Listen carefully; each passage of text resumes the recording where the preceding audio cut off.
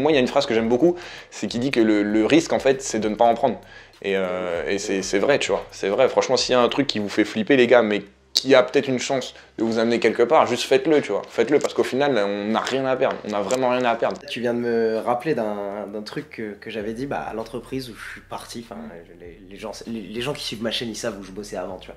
En partant, je parlais de ça. Je parlais de, je quitte cette boîte, je quitte la stabilité. Et je me suis rappelé que toute ma life avant, tout ce qui a payé, je savais qu'il y avait une peur ou un risque dans cette direction. Et à chaque fois que j'y suis allé, ça a payé. Et salut l'équipe, c'est Samy pour Après Sports News, j'espère que vous avez la pêche. Comme vous savez, en décembre, on a une vidéo par jour. Et aujourd'hui, je suis accompagné du seul, de l'unique champion du monde de basket freestyle, champion du monde des step backs. Vous allez voir ça dans la vidéo avec Rookix. Briscoe Basket Freestyle est avec nous, comment ça va, mon bro? Ça va super, merci à toi Samy, toujours un plaisir que tu me reçois sur tes vidéos, un plaisir, on est là, c'est pro, il y a plein de caméras, il y a plein de micros, c'est lourd. Deuxième fois qu'on fait un podcast parce que bon, il arrête pas de me saucer et dire que je suis pro, mais la première fois qu'on l'a fait, j'avais pas de micro. J'avais le micro, mais j'avais pas appuyé sur play. Ouais. Bon, raconte vite fait pour les 3 personnes qui te connaissent pas sur ma chaîne, qui es-tu, qu'est-ce que tu fais? Alors, moi déjà de base, je suis freestyler basket, donc le freestyle basket, pour ceux qui connaissent pas, c'est tout simplement une discipline où, c'est un peu une discipline diverse du basket, c'est du basket sans panier, en vrai, sans panier, sans règles, on fait ce qu'on veut avec le ballon, c'est un petit peu de l'art, de l'expression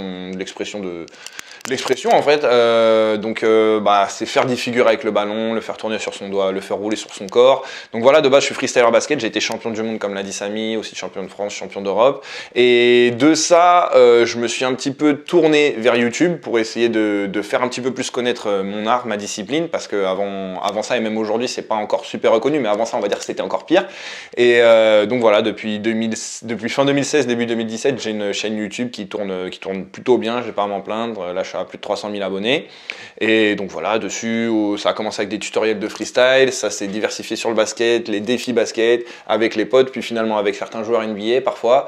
Et donc voilà, hein, écoute, tout va bien. Je t'ai rejoint sur YouTube, on a un peu fait une aventure YouTube où je t'ai rejoint en route. Est-ce que tu peux me raconter qu'est-ce qui a été de gros pendant ton année 2019? On est en décembre, on est en train de finir 2019. Qu'est-ce qui a été gros? Qu'est-ce qui t'a marqué? 2018 a fini avec la collab avec Kevin du Rire Jaune, très gros youtubeur, donc une vidéo qui a bien pété. Je sais plus si elle est en 2019 ou pas, donc c'est pour ça que je la mets là. Ensuite, vraiment les événements marquants en 2019, en numéro 1, moi je mettrais ma vidéo avec Haute Sauce. Donc Haute Sauce, légende du streetball, pour ceux qui connaissent pas.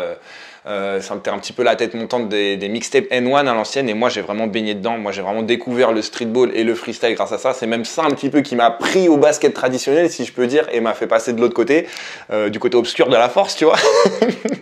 Donc non, le fait de le rencontrer, c'était un goal. Déjà juste le rencontrer, c'était un goal.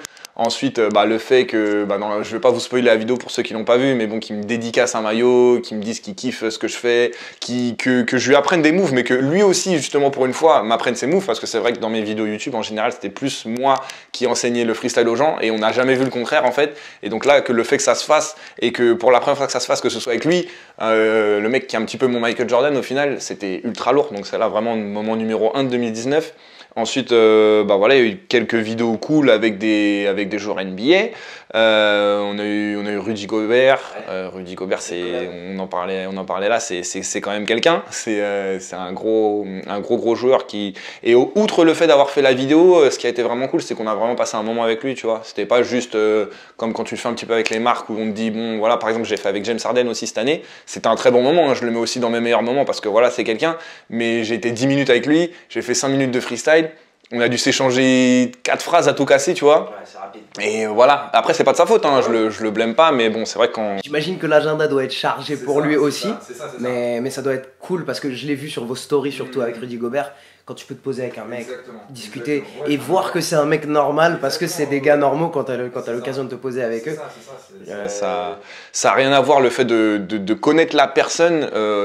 Pour moi, c'est même au-dessus de la vidéo. Tu vois, la vidéo c'est bien, ça reste un souvenir. Tu vois que puis même en vrai, je pense que tu vois dans la vidéo, tu vois, tu le vois quand peut-être avec James Harden, je fais attention à ce que je dis, tu vois. Et Rudy Gobert à la fin, tu vois, ça se trash talk et tout. Tu vois, je lui parle comme je te parle à toi limite, tu vois. Donc ça c'est vraiment des moments priceless comme on dit.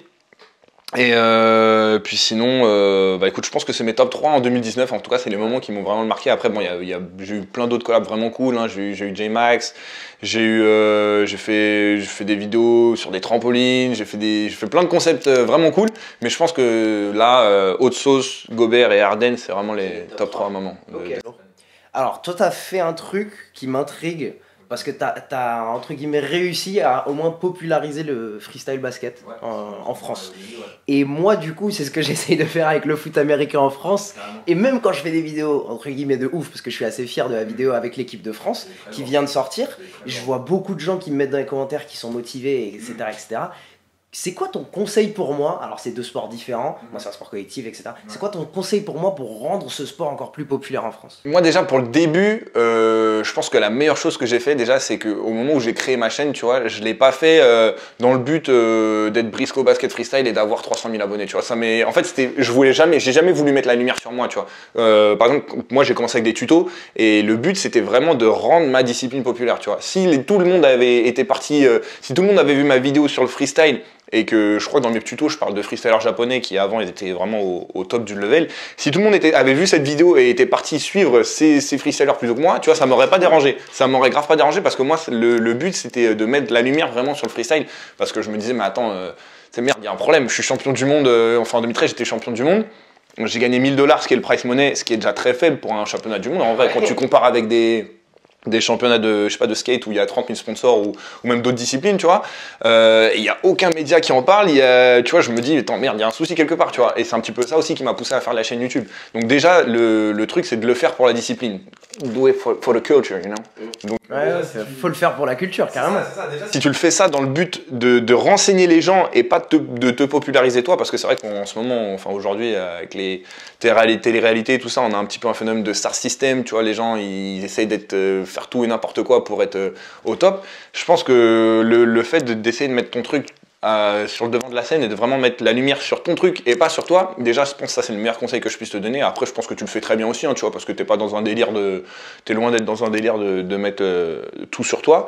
Donc déjà ça c'est la base. Ensuite, ce que je peux te donner comme conseil, c'est enfin moi tu vois j'ai commencé avec les tutos de freestyle et au départ bah je pense que ça a bien marché, mais je pense que j'avais pas vraiment parce que moi en fait pour l'histoire ce qui s'est passé c'est que j'ai fait une vidéo avec Was d'abord, Was Freestyle, qui avait besoin de moi pour une vidéo où il voulait faire freestyle foot contre basket.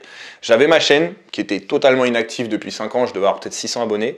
Il m'a dit vas-y je vais mettre le nom de ta chaîne dans la description pour voir si ça donne quelque chose, t'as rien à perdre. Moi je dis écoute vas-y ça peut t'amuser, moi je m'en fiche un peu tu vois. Il l'a mis et je suis passé de 600 à 5000 tu vois. Donc déjà il m'a pas mis de la pression pour mes prochaines vidéos, mais il m'a fait savoir qu'il y avait des gens qui regardaient. Donc je me suis dit, vas-y. Ça t'a validé qu'il y a un marché, entre guillemets. C'est exactement ça. Et encore, un marché 5000, j'appelle pas ça un marché, mais tu vois, au moins, j'avais rien à perdre. Donc c'était autant le faire pour voir ce que ça donne. Et donc j'ai fait des tutos de freestyle qui, pour moi, ont bien marché. Mais encore une fois, tu vois, ça se trouve, j'aurais pu faire mieux. Et ça aurait pu mieux marcher, mais je le sais pas. Tu vois, je te prends l'exemple de Laura, qui a sorti sa vidéo là, c'était sa première vidéo, elle a tapé le million. Tu vois, tu peux toujours, c'est la preuve qu'en une vidéo, tu peux toujours tout cartonner, tu vois, sans forcément des collabs.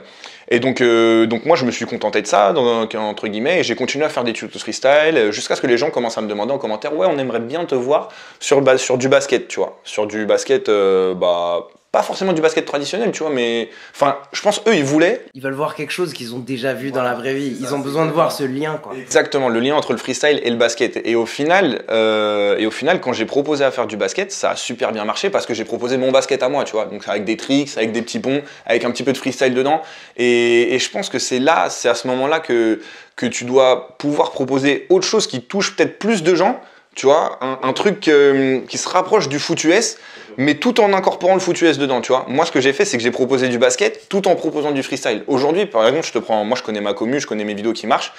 Si je mets un tuto de freestyle demain, je vais faire 20 000 vues sur 300 000, tu vois. Ça va jamais marcher. Par contre, si je fais un truc, j'affronte Rudy Gobert, que je fais un contre un, et que je lui apprends un truc de freestyle à la fin, sans le dire forcément dans le titre, sans le montrer, tout le monde va quand même le regarder. Parce que c'est de donner du freestyle, enfin c'est un peu vendre mon produit, mais un peu en dissimulé, tu vois. Genre leur proposer, et je pense que c'est là que toi aussi tu as un truc à faire.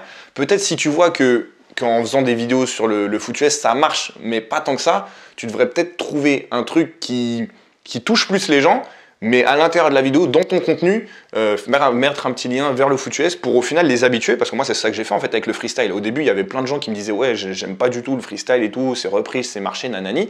Et en fait vu que ça revenait, t'as des gars qui au final ils finissent par s'y habituer, tu vois, et puis ils finissent à se dire putain mais merde si Gary Payton il fait un tap-tap, c'est peut-être que vas-y le gars il mérite enfin sa discipline elle a peut-être un truc, tu vois, s'il arrive à faire des joueurs NBA ça, et toi je pense que c'est exactement comme ça en fait qu'on fait accepter un petit peu son truc. Tu dois pas forcer le truc, mais tu dois peut-être quelquefois le dissimuler, tu vois, le mettre, enfin si tu vois que t'as, enfin moi ce qui c'est plutôt m'adapter à la personne qui regarde, lui proposer quelque chose qu'il est plus prêt à consommer. Voilà, et derrière un petit peu lui mettre, pas lui mettre en douce, tu vois, mais tu vois ce que je veux dire.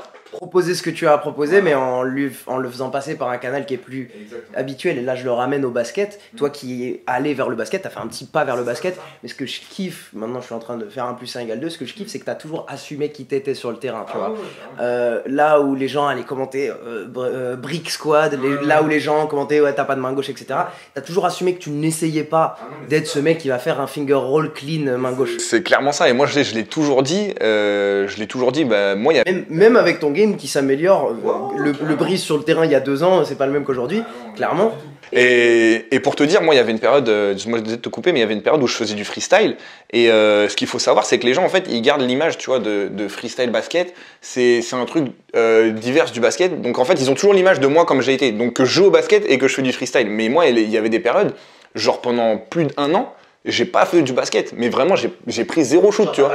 J'ai pas shooté, je touchais le ballon, mais c'était que pour faire du dribble, pour le faire tourner sur mon dos ou quoi. Et ça a l'air difficile dans la tête des gens, mais j'allais vraiment m'entraîner avec mon ballon dans des endroits où il n'y avait pas de panier. Mais vraiment, tu vois. Non, mais c'est vrai, j'ai vu des stories de toi où tu étais en salle, et tu t'entraînais. Et c'était une des premières fois où j'ai commencé à te follow, je te connaissais pas. Attends, il fait que ça, mais c'est vrai, parce que moi dans ma tête, voilà, c'est ça que j'avais en tête. Comme tu dis, j'ai fait un pas vers le basket, mais c'est clair que ouais, les gens, ce qu'il faut qu'ils comprennent, c'est que freestyle et basket, c'est vraiment 2 choses différentes, quoi, tu vois. On repasse sur YouTube. Voilà, parle-moi un petit peu de tes débuts. J'ai une question à te poser. On fait tous des erreurs quand on commence YouTube. J'ai 1 million d'erreurs que j'avais en tête. Quelles sont les erreurs que tu avais faites quand tu avais commencé YouTube ou que tu as fait cette année que tu ne fais plus aujourd'hui? Déjà, moi quand j'ai commencé YouTube, je pense que le truc le plus flagrant qui m'est arrivé quand tu compares aux autres youtubeurs, à mes collègues youtubeurs basket, c'est vraiment la qualité, moi. C'est vraiment, j'avais du matériel, mais de qualité, mais tellement pauvre. Je vais t'envoyer des archives, mais je me rappelle au départ déjà. Tu filmes avec quoi? Vas-y, raconte. Alors déjà, jusqu'à mes 70 000 abonnés, 70 000, j'ai filmé avec un téléphone, un LG. Un LG, mon gars, une qualité audible horrible. Et je faisais mes vues, hein. Je t'assure que j'avais du slow-mo, pour moi ça me suffisait. Je juge absolument pas le résultat, après tu peux. Mais moi je parle en tant que créateur, où moi ça me ferait mal d'être devant mon ordi en train de monter ça, mais bravo à toi. Les viewers, tu vois, ils étaient là, je sais pas par quel. Génial pour les gens qui nous regardent, qui ont envie de se lancer, voilà, t'as pas besoin. T'étais un LG jusqu'à 70 000. Jusqu'à 70 000, mon gars. Donc j'avais pas de micro-cravate. C'était que le micro du téléphone qui, des fois, j'étais à perpète. Je sous-titrais même pas. J'imagine crier. C'était n'importe quoi. Tu pourras mettre des archives. De toute façon, je t'enverrai des trucs. Je me rappelle d'une de mes vidéos. Alors, tout au début, j'avais pas encore le LG. Donc, c'était pas possible de filmer avec mon autre téléphone parce que, voilà. C'était, ouais, c'est. Limite, l'application vidéo n'existe pas. C'est pas loin. On était sur du 3310. Non, donc j'avais une GoPro 4. Je crois qu'on a presque la même histoire, vas-y. Donc je filmais avec la GoPro 4, mais c'était genre je filme master là, tu vois. Donc là il fait nuit dehors. Enfin, vous voyez un putain d'éclairage parce que Samy c'est tout le contraire de moi, tu vois. Mais je devais avoir autant d'abonnés que toi, hein, vraiment. En vrai, ça fait 1 semaine j'ai acheté cette lumière.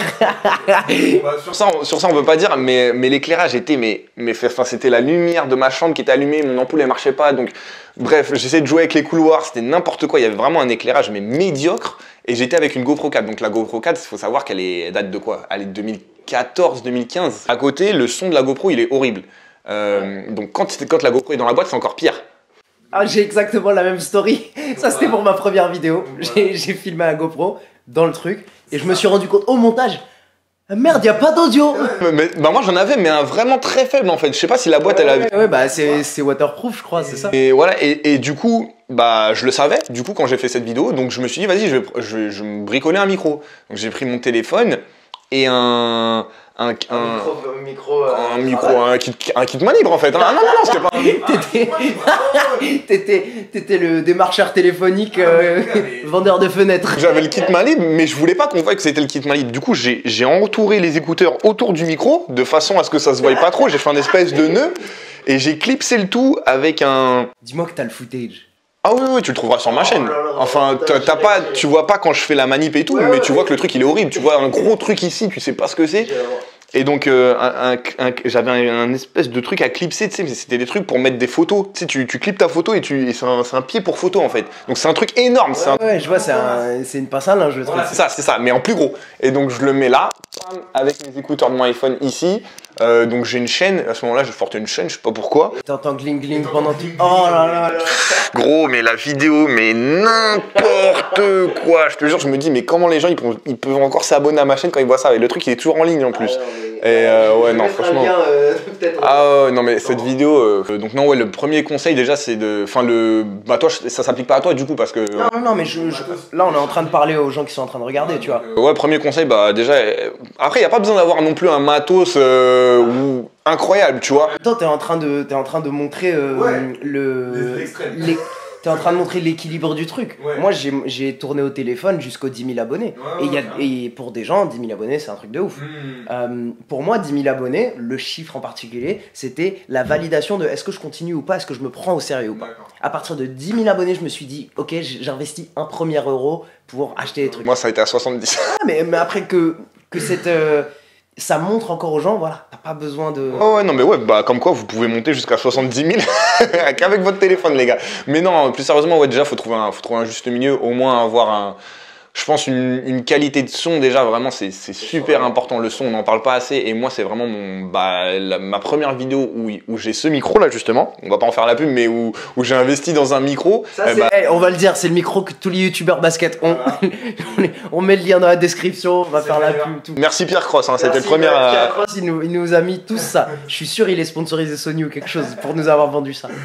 Donc ouais, moi c'est la première vidéo, dis-toi, avec Lady Saguapo, c'était la première vidéo où j'utilisais les micros que j'avais investis. Bon, c'est un micro assez cher, c'est vrai, enfin pas non plus incroyable, mais c'est un budget.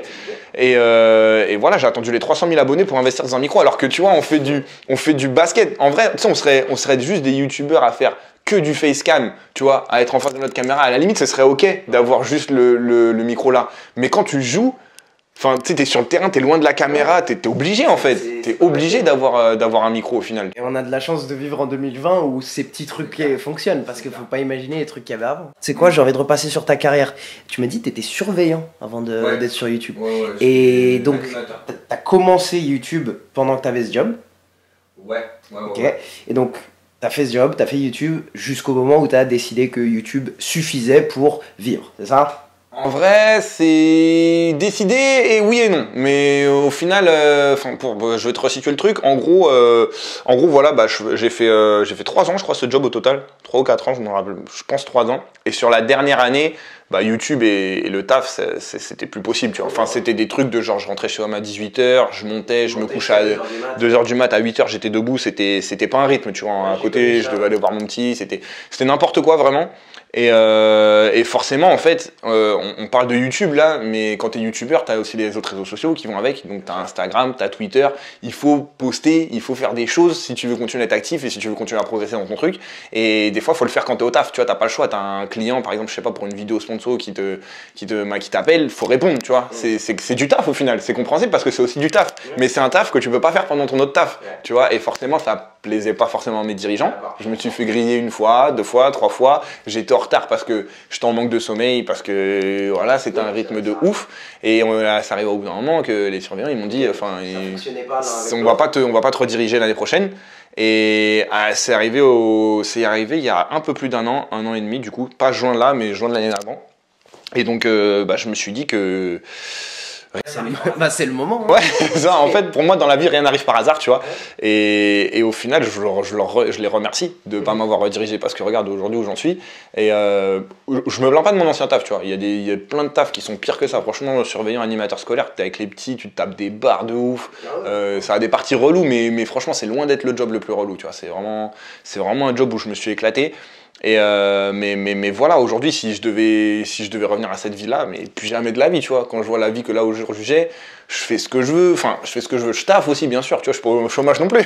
Donc je monte mes vidéos, mais tu sais, je taffe pour moi en fait. Ouais. Tout ce que je fais, je sais que ça va m'a rapporter à moi directement, tu vois. Et souvent, il faut préciser, parce que quand les gens disent « je fais ce que je veux », les gens pensent qu'on va se lever à 11h, qu'on va... Non, c'est un taf énorme. Lui, on était censé faire ce podcast vendredi. Vendredi, c'était un vendredi ? C'était vendredi, on était censé faire ce podcast. Il avait fait un tournage le matin. On s'est retrouvé à la Oups l'après-midi pour faire un tournage pour Jérémy. Ensuite, un tournage pour Rookix. Et on était censé faire le podcast après, à 19h, après les bouchons. Aussi, il faut dire aux gens que le « je fais ce que je veux », c'est aussi « je m'engage à ce que mon patron, ce soit moi ». Quoi. C'est ça. Et alors, est-ce que des fois, tu as ce même problème que moi ? Moi, j'ai ce même problème où, comme je ne réponds que à moi-même, il y a des moments où je procrastine, tu vois. Un peu comme tout le monde, tu vois. Il y a des moments où, voilà, je peux sortir 3 vidéos par semaine. Ouais. Alors, pas ce mois-ci. Ce mois-ci, je me suis forcé. Et je me suis forcé à avoir cette deadline. Tous les jours, il faut qu'il y ait un truc qui sort. Mais sur les autres mois où je suis plus tranquille, surtout maintenant que j'ai plus mon taf, je pourrais sortir 3 vidéos par semaine, mais des fois, je t'avoue, je reste à une vidéo parce que je procrastine un peu. Comment tu fais, toi, pour combattre, entre guillemets, la procrastination ? Franchement, c'est dur, gros. Moi, le pire... On a tous les mêmes... Les mêmes problèmes. C'est le montage, on est d'accord, on parle surtout du montage. Oui, on parle surtout du montage, parce que tu sais qu'il y a un montage qui t'attend, tu sais que c'est 6 heures ou 5 heures de taf. Qu'on se le dise, si on avait un monteur vidéo, on serait à 12 vidéos par semaine. Parce que créer le contenu, le shooter, au final, c'est que du bonheur, tu vois. On est là, on s'éclate. Bon, j'imagine que toi, c'est pas forcément la même chose. Des fois, t'as des fiches et tout, t'as peut-être un peu plus de taf que moi quand je fais un défi sur des trampolines ou quoi. Ouais. Mais au final, c'est toujours du bon temps, tu vois, parce que ça reste notre passion. Le montage, c'est autre chose. Le montage, c'est des heures à se prendre la tête. C'est pour ça que les monteurs vidéo pro sont payés autant, parce que c'est un vrai taf. C'est un truc à se casser la tête, les gars. Vraiment, moi, je suis à une vidéo par semaine, et après, forcément, plus tu montes sur YouTube, je pense, plus tu deviens perfectionniste, plus tu veux que ta vidéo, elle soit parfaite. À ton avis, sur une vidéo, c'est quoi le pourcentage du temps que tu passes au montage ? Moi, je pense que c'est plus que 50%. Le temps sur une vidéo de travail, tournage, script, tout. Combien de pourcentage c'est le montage ? Pour moi, c'est plus que 50%. Mais gros, moi franchement, c'est à 80. Hein. C'est ouf, je te mens pas, moi c'est le montage, mais des fois je vais passer genre 4 heures à trouver une chanson et je vous mens pas, mais vraiment, pour retrouver le son qui va avec ça, t'as encore la miniature après, pour moi ça fait partie du montage. La miniature pour moi c'est minimum 1 heure. Moi des fois je passe 2 jours sur la miniature et je vous mens même pas, si j'arrive pas, s'il y a un truc qui colle pas, je vais me casser la tête parce que tu sais des fois en fait les miniatures, enfin tu sais une miniature, bien sûr une miniature que tu prends sur place c'est 1 heure aussi, je suis d'accord, mais une miniature que tu oublies de faire. Ah, ça c'est la pire. Une miniature que tu oublies de faire et c'est du vrai basket. Ça c'est la pire. Scam ou quoi que tu peux reprendre chez toi. T'oublies de la faire. Donc t'es avec un mec, t'es avec un J-Max par exemple. Ouais, surtout quand t'es avec quelqu'un où c'est pas, enfin entre guillemets c'est pas un pote. Quand t'es avec quelqu'un où voilà c'est du business. Voilà. Quand t'es avec un joueur NBA. C'est ça qui va faire cliquer. C'est sa tête qui va faire cliquer. Tu sais que c'est pas toi. Donc là, va trouver l'image parfaite du screen qui soit pas flou, qui ait le focus sur lui, mais qu'en même temps que toi, que tu sois bien, mais qu'on voit que vous êtes en train de jouer le basket. Que le bonne émotion. Ouah, gars, ça c'est horrible ça. C'est horrible. Mais bon, on adore ce métier. Mais donc, voilà, c'était juste pour compenser le on fait ce qu'on veut. En même temps, voilà, c'est tellement taf, mais c'est tellement cool. À ne pas confondre faire ce qu'on veut et ne rien faire. C'est ça. On enchaîne. J'ai envie de te poser une question sur YouTube aussi encore. Qu'est-ce qui te fait kiffer en ce moment ? Est-ce qu'il y a un créateur qui te fait kiffer en ce moment ? Je te parle pas forcément de basket, hein. Tu peux sortir du sujet. À part I Can Play qui nous fait kiffer tous les deux parce que I Can Play elle est attendue au tournant là. Là toute sa vidéo c'est ça qui va tout déterminer. Pour vous dire ceux qui connaissent pas, I Can Play c'est une youtubeuse qui s'est lancée il y a 1 mois. Même pas 1 mois. Elle a sorti une première vidéo où elle a pranké beaucoup de mecs. Elle est allée sur des terrains et elle a pranké les gars. Elle a fait croire qu'elle sait pas jouer alors qu'en fait elle a un vrai niveau. Au début elle joue tranquille et ensuite elle les a lavés. Sauf que nous on s'attendait pas à ce qu'elle fasse 1 million de vues. Sur sa première vue. Sur une vidéo. 0 collab, rien, 1 million de vues. Bon, elle a attendu au tournant pour le prochain. Moi, le conseil que je lui dis, c'est qu'il ne faut pas qu'elle attende le 1 million de vues à nouveau parce qu'elle va être déçue, c'est sûr. Mais ouais, dis-moi pour toi, qui te fait kiffer sur YouTube en ce moment ? Je regarde souvent, moi, les mecs qui font un petit peu les défis basket aussi, tu vois, un petit peu la même chose que ce qu'on fait ici. Les Christopher London, Jaser the Laser et tout ça, je regarde beaucoup ces gars-là, mais enfin, eux, je les regarde habituellement, tu vois, en tant qu'inspiration et en tant que voir ce qui se fait, peut-être voir un petit peu comment ils évoluent aussi. En ce moment, le dernier truc que j'ai regardé, C'était Nota Bene. C'est un truc sur les connaissances, sur la culture et tout. Je kiffe beaucoup. Un petit peu en mode click from. Oui, je vois. Je pense que tu vois. Ouais, exactement, Click from Tales, là, je crois, un truc comme ça. Ouais, des petits docu-séries. Exactement, ça, et ça me fait kiffer, tu vois. Enfin, je trouve que c'est super bien monté. Enfin, c'est des trucs qui ont l'air longs, donc des fois, t'oses pas cliquer. Tu te dis, ouais, vas-y, je m'emmerde dans ton truc. Mais en fait, c'est tellement bien monté, c'est tellement dynamique. Le montage, il passe tout seul. La qualité, elle est magnifique. Donc, ça me fait grave kiffer. Dernièrement aussi, je me suis tué au Rap Contenders, je te mens pas. Ah ouais. Ça, c'est un truc, c'est mon péché mignon. Dès qu'il y a une saison qui sort, je me la siffle, mais je mange ça comme des petits pains, gros. Ah ouais, c'est ma religion, vraiment. Dès qu'il y a une saison qui sort, c'est un des premiers trucs que je vais checker. Et puis, ouais, sinon, après, un petit peu les chaînes communo basket, hein, Overtime, Ball is Life, tous les trucs comme ça, quoi. Bien sûr. Ok. Vas-y, raconte-moi pour ta carrière YouTube, entre guillemets. Comment YouTube t'a changé en tant que personne? Est-ce que ça t'a appris des choses d'être sur YouTube? Ouais, de base, moi, je suis quelqu'un, mais vraiment de super timide, super réservé, tu vois. Genre, avant YouTube, enfin, même. Ouais, c'est même pas avant YouTube, c'est même le freestyle plus qui m'a changé. Parce que, tu sais, le fait de. Avant même YouTube, tu sais, sur le freestyle, des fois, t'es sur scène devant 4000 personnes, tu dois forcément prendre le micro, tu dois te présenter, tu dois pas rater, donc tu dois être souriant et tu dois montrer que t'as une certaine confiance en toi, tu vois. Et avant ça, moi, j'étais quelqu'un de vraiment super réservé, mais vraiment hardcore, tu vois. Vraiment, quand j'étais petit, si je comprenais pas un truc, moi je me rappelle une fois, j'étais à la prof, j'étais en CE1, j'avais une prof mais ultra sévère, tu vois. Et franchement, quand j'étais petit, c'est pas bon de la raconter, mais j'avais des notes de fou. Les gars, j'étais trop intelligent, j'étais au top. Parce que tu te mettais la pression de... Bah, je sais pas si. Ouais, je pense que j'avais l'option près. Tu sais, j'étais un bon élève, quoi, tu vois. Vraiment, j'étais assidu, j'étais bien, tu vois. J'étais bien dans mes baskets. Mais un jour, je sais pas pourquoi, il y a une leçon, j'ai pas compris. C'était du français. Je sais plus c'était sur quel sujet exactement, mais j'ai pas compris. Ça m'a troublé. Gros, j'étais pas bien. Je comprenais app. Et du coup, je demande une fois à la prof de réexpliquer, mais vraiment, je prends mon courage, mon gars. Mais. Waouh! Non, mais elle me réexplique. Ah, okay. Elle me réexplique. Et je comprends toujours pas. Donc j'attends, la leçon elle avance et tout, je vois les autres et tout, même les cancres, c'est ça qui m'a choqué. J'adore ça. Non, c'est vrai, à l'école quand tu comprends pas un truc et que tu commences à regarder derrière. Tu vois les cassos ils le font normal. Et tu sais exactement quand tu commences à creuser dans la liste des cassos, tu vas voir, tu sais très bien qui tu vas voir. Ah ouais, même lui. Même. J'étais pas bien, tu vois. Et j'ai commencé à chialer, gros. Je te jure, c'est vrai. J'étais en CE1, j'étais petit peu et j'ai commencé à chialer. J'avais vraiment zéro confiance en moi. Et vraiment, c'est un truc que je suis depuis tout petit, tu vois. Et je pense que le freestyle, c'est le freestyle qui d'abord m'a débloqué ça, tu vois. Où, justement, le fait où tu vas en démo, ouais, il faut que tu sois confiant. Quand tu vas apprendre à des petits, faut pas qu'ils sentent que tu bégayes. Quand tu vas voir des gens, si tu vas faire un spectacle, ils sont les mains dans les poches, faut que tu les fasses applaudir d'une manière ou d'une autre. Faut les bouger, tu vois, faut les secouer. Et sur ça, le freestyle, ça m'a un petit peu. Il y a Rof qui dit dans une punchline, j'ai violé ma timidité.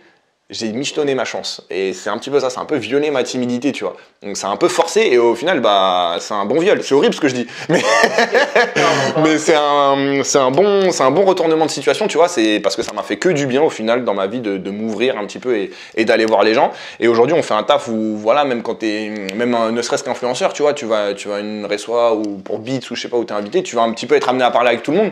Et t'es obligé, tu vois. Sinon, les relations, elles se font pas. Même ton business, il se fait pas en fait. Si t'es timide, tu restes dans ton coin. Même regarde, je te mets un exemple, un des plus bels exemples que je peux te dire, c'est avec les joueurs pros, tu vois. Les joueurs pros, franchement, c'est les gars les plus timides qu'on a à faire. Les gens ils se rendent pas compte, mais t'arrives en face d'un Rudy Gobert, t'attends pas à ce que le mec il te raconte sa vie, tu vois. Lui, il a rien à gagner à te raconter sa vie ou à être pisse avec toi quand tu connais pas, tu vois. Donc c'est à toi de créer ce lien, de créer cette relation, de le mettre à l'aise sans non plus dépasser les limites, parce qu'il y a un certain respect à avoir. Tu parles pas à ton pote du quartier. Tout ça, c'est des trucs, c'est pas facile, tu vois. Ça se fait via des petites phrases, parce que ce qu'il faut savoir, c'est que quand moi je fais des vidéos avec les pros, je les ai jamais rencontrés au préalable, tu vois. Quand tu me vois leur serrer la main la première fois à la caméra, c'est vraiment la première fois que je leur serre la main. Et donc je pense que tout ça, mettre les gens à l'aise, un petit peu casser cette barrière, c'est un job. Et je pense que c'est là que YouTube, ça m'a le plus aidé, parce que si j'avais pas eu YouTube aujourd'hui, mon gars, je serais un mec vraiment. J'aurais du mal à aller vers les autres. Vraiment du mal, hein, vraiment. Ouais, je comprends. Moi, j'ai un petit peu eu ça aussi avec le fait de demander des collabs aux gens, tu vois. Ouais, carrément. Maintenant, avant, littéralement, quand je commençais sur YouTube, je faisais une to-do list de collabs que je voulais faire. Alors que maintenant, tu vois, je fais même pas cette to-do list. Je pense, j'envoie un message vocal, tu vois. Ce que j'ai toujours un peu de mal aujourd'hui à écrire une demande de collab à quelqu'un. C'est pas facile. Mais par contre, en vocal, je le fais beaucoup mieux. En vocal, je le fais beaucoup mieux. Donc, je vais toujours envoyer un message vocal sur Insta, sur quelque chose à quelqu'un. T'as toujours, en fait, quand tu demandes la collab, t'as toujours la peur que la personne se dise ouais, il est là pour me gratter. Alors que toi, t'as pas du tout cette intention, tu vois. Et t'as toujours le truc de ouais, vas-y, la peur de prendre un vent, du coup aussi de te faire recal. Exactement comme avec une nana quand t'es plus jeune et que t'essaies de draguer une nana. Exactement la même chose. Et je pense que c'est ça qui nous rend grave réticents, tu vois. Mais ouais, au final, le fait de le faire en fait, ce qu'il faut penser, c'est que ça se fait naturellement, tu vois. Les collabs, ça se fait naturellement. Et moi, franchement, pour te dire, pour te lâcher une petite exclue, j'ai demandé des collabs à certaines personnes qui m'ont refusé, certains youtubeurs, et au final, ils ont eu raison. Je les remercie parce que avant j'étais trop dans... Non, mais pas du tout en fait. Avant j'étais... Je sais pas comment je fonctionnais forcément, tu vois, mais je pense que en fait, quand t'es petit youtubeur et que t'en as pas eu énormément, t'idéalises. Tu t'idéalises la collab. Tu te dis trop, vas-y, je vais tourner avec lui, je vais taper le million et c'est bon, je suis tranquille. Ma YouTube monnaie, elle est là. Vous allez me voir dans le prochain clip de PNL. Arrêtons. Faut arrêter parce qu'il y a énormément de collabs, mais qui flopent, mais fort, tu vois. Je suis content que tu aies amené ça parce que du fait que j'ai entre guillemets peur de faire des collabs, j'ai fait des collabs lentement et j'ai jamais eu une collab où vraiment j'ai uploadé la vidéo, j'ai mis la vidéo, j'ai fait allez c'est celle-là, tu vois. Allez c'est celle-là. Et ça m'a un peu libéré parce que à chaque fois que j'uploadais, si ça fait des vidéos c'est cool, mais je me suis fait un pote, je me suis fait un ami, je me suis fait un truc. Faut pas se mettre la pression comme ça. Je pense que le fait de se mettre la pression en se disant vas-y cette vidéo elle va péter, c'est le plus gros, Bien sûr, il faut avoir certains objectifs parce que c'est ça aussi qui est d'avancer, mais faut pas aller se dire vas-y celle-là ça va. Quelque part, je comprends dans le fait que ça mette un espoir, tu vois, ça te motive à te dire qu'il faut le faire, que vraiment te pousser à la faire bien et tout, mais faut laisser le temps au temps, tu vois. Les choses elles se font petit à petit et si ça apprend, ça apprend. Si ça apprend pas, ça apprend pas. De toute manière, une fois que la vidéo elle est mise en ligne, ce qu'il faut savoir c'est qu'à part la relayer sur vos réseaux sociaux, vous pouvez rien faire pour la booster. À moins d'acheter des vues ou quoi que ce soit. C'est bon, ça peut plus rien. Donc tout ce que tu peux dire c'est ma vidéo elle a floppé, ma vidéo elle a pas floppé. Au moins tu l'as sortie, t'as sorti une vidéo, t'as montré du contenu aux gens. Si toi t'en es fier, c'est le plus important. Fin de l'histoire. T'as touché le sujet de près ou de loin plusieurs fois, mais je pose cette question à beaucoup de gens. J'aimerais savoir c'est quoi ton échec préféré dans ta life, ton échec qui t'a permis d'aller plus loin. Tu m'as dit que tu t'es fait virer de ton job d'animateur. Pour moi, c'est un échec qui t'a amené plus loin, un truc dans ce style. Donc il y a ça. Il y en a un autre dans ma carrière de freestyle. Enfin, il y en a deux même dans ma carrière de freestyle et bon, je vais te raconter ces deux-là. Donc avant, en freestyle, moi mon truc vraiment, enfin quand j'ai commencé à me lancer, c'était vraiment de faire des compètes, tu vois. Enfin quand je m'entraînais et tout, vraiment mon but c'était d'être le meilleur. J'étais vraiment dans un délire de performance, limite même je faisais moins de show, tu vois, parce que j'étais trop enfermé dans mon truc. En fait, je m'en foutais que les gens kiffent. Je voulais juste gagner. Ouais, voilà, je voulais gagner des compètes. Je voulais être le meilleur. En fait, ça m'a buté. Mais pendant peut-être 5 ans, je pensais vraiment qu'à ça. Je m'entraînais nuit et jour, mais vraiment que pour ça, tu vois. Et donc, je suis parti. Parce qu'en freestyle, tu peux gagner des compètes sans être le plus flamboyant, le plus. Ouais, en fait. C'est artistique, tu vois, c'est comme la danse, c'est des battles. Donc il faut que tu aies tes atouts. Tu vois, tu as un danseur il va être plus fort parce qu'il est sur le son. Tu as un danseur, il va être plus fort parce qu'il va te sortir des nouvelles phases. Tu as un danseur, il va être plus fort parce qu'il va il va faire des figures de ouf. Tu as plein de trucs, tu vois, tu as la difficulté des tricks. Les critères, c'est difficulté des tricks, créativité, musicalité. Puis après, le flow, tu sais, comment tu bouges, tout ça. Et puis après, c'est un peu chacun son truc aussi, tu vois. C'est de l'art, ça reste de l'art, donc c'est très subjectif. Donc je m'entraînais et j'ai gagné une compétition en France avec un gros prize money et tout. C'était la première compète que je gagnais et vraiment j'étais trop fier de moi. C'était en 2009, tu vois. Et à cette époque, il y avait vraiment pas beaucoup de compètes et tout. Et donc, mais je cherchais quand même à progresser. Vraiment, je m'entraînais comme un ouf. Et le Japon, c'était vraiment le pays où le freestyle c'était le plus développé. Donc là-bas, tu avais les meilleurs trucs de ouf. Moi, je voulais aller là-bas juste pour me mesurer à eux, c'était mon objectif. Donc je suis parti en 2012 et franchement, j'avais un bon level, tu vois, je m'entraînais rien que pour ça. Et en fait, ce que je faisais, c'est qu'à l'époque, je construisais des passages de freestyle, donc de A à Z, tu vois. Ils étaient déjà prêts en fait. Avant même que je sache qui est ce que j'allais affronter, je savais ce que j'allais faire. J'avais passage 1, c'était vraiment robotique, tu vois. Vraiment, c'était un truc. Alors que, est-ce que les autres freestylers en battle, ils adaptent à ce que la personne fait? Là, je sais pas trop, mais ça m'a appris et justement, tu vas comprendre du coup. Donc, je suis allé à cette compétition et donc j'ai fait ce qui était écrit sur mes passages. J'ai un petit peu raté, enfin légèrement, pas de ouf, mais c'est pas important. Et je me suis fait éclater en fait. Je me suis fait éclater au premier tour et en fait là, j'ai découvert un autre freestyle, tu vois. J'ai découvert que le mec en fait, c'était tellement fluide que pour moi, ça pouvait pas être réfléchi auparavant. C'est comme s'il faisait sur le moment. Il laissait son corps. Il laissait son corps, tu vois. Alors, mais le mec, mais vraiment, mais trop chaud. Et ça se voyait derrière, il y avait quand même de l'entraînement, tu vois. Donc, je sais pas si vraiment il faisait différent de moi ou s'il faisait contrairement de moi, mais ça m'a appris sur ma personne et ça m'a appris que en fait, tu peux pas faire ça en fait. Parce que même toi, tu ressens pas le moment en fait, tu vois. Si tu fais un truc que tu as déjà tout préparé, tu ressens pas le truc. Parce que le truc, tu l'as déjà vécu auparavant. Donc, tu n'as pas d'émotion. Tu vas faire. Je pouvais pas passer ma. C'est pas nouveau. Voilà, c'est ça. Et donc voilà, j'ai commencé à amener. Voilà, à être moins prévisible, à amener mes passages d'une autre façon. Et donc, ce qui s'est passé, c'est que juste au retour de cet événement, il y avait eu un autre battle, donc en Belgique, où il y avait pareil des grosses têtes, mais d'Europe surtout, à ce battle. Et donc, je me suis dit, vas-y, je me prends pas la tête, je le prépare tranquille. J'y vais avec beaucoup moins de pression. Et au final, j'ai gagné ça. Et genre, j'ai gagné jusqu'à. Je crois que j'ai gagné tous mes battles de l'année 2012. Tu vois. On a dû en avoir 5 ou 6 et j'ai tout gagné cette année. Et c'est là que ça m'a appris en fait à voir les choses d'une certaine manière, à moins planifier les choses en fait, tu vois. Et des fois, peut-être faites vivre le moment en fait, tu vois. Vivre le moment présent. Je pense que surtout en tant qu'artiste, t'es obligé. Ouais, mais même quoi que tu fasses, hein, je pense même quand tu fais du son. Enfin. En concert, tu dois te faire kiffer quand tu fais des petites impros ou des trucs comme ça. Tu vois, faire le même son over and over, je pense qu'au bout d'un moment, ça te Mais c'est pour ça que les concerts, aujourd'hui dans le monde où on a Spotify, etc., où tu as accès à la musique de ouf, c'est pour ça que les concerts ont plus de valeur, parce que tu as des artistes qui vont faire des remixes sur place, qui vont faire des trucs. Et puis tu le vis, le son, tu vas l'entendre différemment, tu auras la foule autour, ça n'a rien à voir. Bah ouais, parce que Drake qui sort le son de l'été, il tourne pendant 1 an, je pense pas qu'il chante la chanson pareil, parce que tu dois péter un plomb à un moment. Ça doit être chiant. C'est grave ça. Et du coup, j'allais te dire la deuxième chose qui m'a changé, c'était pareil en termes de freestyle.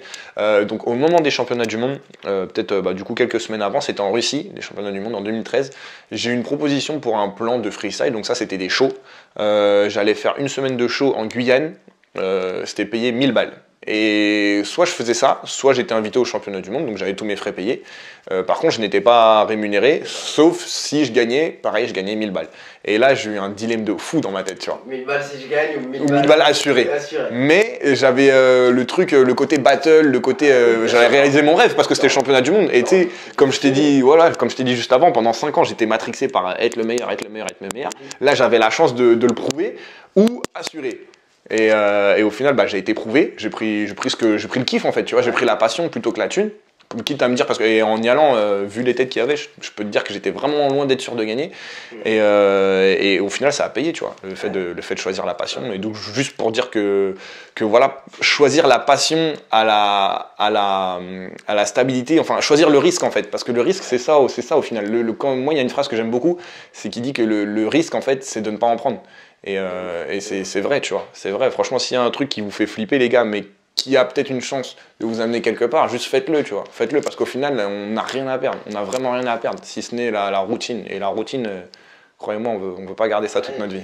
C'est ouf parce que là tu viens de me rappeler d'un truc que j'avais dit à l'entreprise où je suis parti. Les gens qui suivent ma chaîne ils savent où je bossais avant, tu vois. Et en partant je parlais de ça, je parlais de je quitte cette boîte, je quitte la stabilité parce que clairement j'étais bien, j'avais mon salaire, etc. Je quittais pour partir au Mexique, dans un autre pays, vivre tout seul. Et je me suis rappelé que toute ma life avant, tout ce qui a payé, je savais qu'il y avait une peur ou un risque dans cette direction. Et à chaque fois que j'y suis allé, ça a payé. Chaque fois que j'y suis allé, mais genre, pas que j'y suis à la moitié, j'y suis allé à 200 à l'heure, tu vois. Ça a toujours payé. Et là, tu me rappelles. C'est ça que les gens, faut qu'ils se rappellent, c'est que vraiment, le seul risque dans la vie, c'est de ne pas en prendre, quoi. C'est vraiment C'est vraiment ce qu'il faut avoir peur, c'est de rien faire, tu vois. C'est pas de faire quelque chose. Faire quelque chose, ça pourra jamais vous faire du mal. Ça va vous faire peut-être un peu de mal sur le moment présent. Attention, hein, je vous dis pas de sauter par la fenêtre ou des trucs comme ça. Mais on parle de prendre des décisions. Prendre une décision, ça peut jamais faire de mal. En fait, le seul mal que ça va faire, c'est choisir. En fait, c'est pareil, une phrase que j'aime beaucoup. Choisir, c'est renoncer. Et il faut pas avoir peur de renoncer à certaines choses pour arriver à d'autres meilleures choses, tu vois. Et aussi la notion de risque, je tiens à dire ça, quand j'ai quitté mon job, beaucoup de gens pensaient que c'était un risque de ouf. Et donc, imaginons toi, quand tu as arrêté d'être animateur, bah, c'était un risque d'aller sur YouTube full time parce que chaque mois, t'es pas assuré. Pour te dire, j'ai même déménagé, hein, moi, à ce moment-là. J'ai déménagé pour prendre un truc où je payais moins cher, parce que forcément, tu sais pas ce qui va arriver. Tu sais que sur YouTube, tu fais un certain chiffre, mais voilà, là, on arrive à la fin de l'année. Je sais que le mois de juillet-août, il est très creux et que la reprise en septembre, elle est difficile. Tu sais pas, vraiment, il y a tout qui peut arriver. Tu sais pas si, parce que moi, dans mon cas, si je me blesse, j'enlève les shows.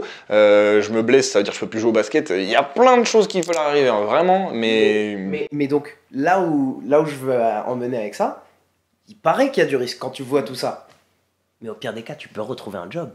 Tu vois, au pire des cas, si ça fonctionne pas, imaginons demain YouTube est éteint, t'es plus personne, tu peux repartir être animateur quelque part. Tu connais l'issue. Je peux retourner être monteur vidéo pour une entreprise.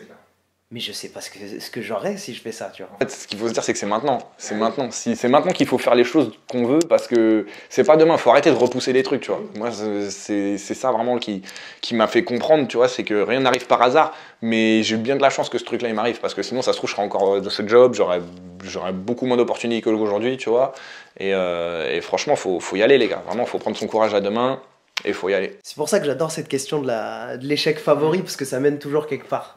Bon, tu m'as parlé de comment tu as attendu les 70 000 abonnés avant de t'acheter une caméra, mais c'est la question suivante, c'est quoi ton investissement préféré, que ce soit YouTube ou pas YouTube, hein, ton investissement dans la vie préféré de 100 € ou moins? En vrai, moi, je fais pas beaucoup d'investissements. Hein. Tu sais que le matos, j'en achète vraiment pas beaucoup. Le dernier, c'était les micros. Si je pouvais remonter vraiment jusqu'au début de ma vie, je te dirais que ce serait un ballon de basket, tout simplement. Tout simplement. C'est ça qui a changé ma vie, ça qui a sauvé ma vie, même si je peux dire. Et c'est ça, ouais. Pour moi, c'est la balle. Le retour sur investissement d'un ballon, alors pour moi, c'est que dalle. Pour LeBron James, c'est une vie. C'est une vie et la vie d'autres gens aussi. Plusieurs générations. Bon, raconte-moi, t'as prévu quoi pour 2020?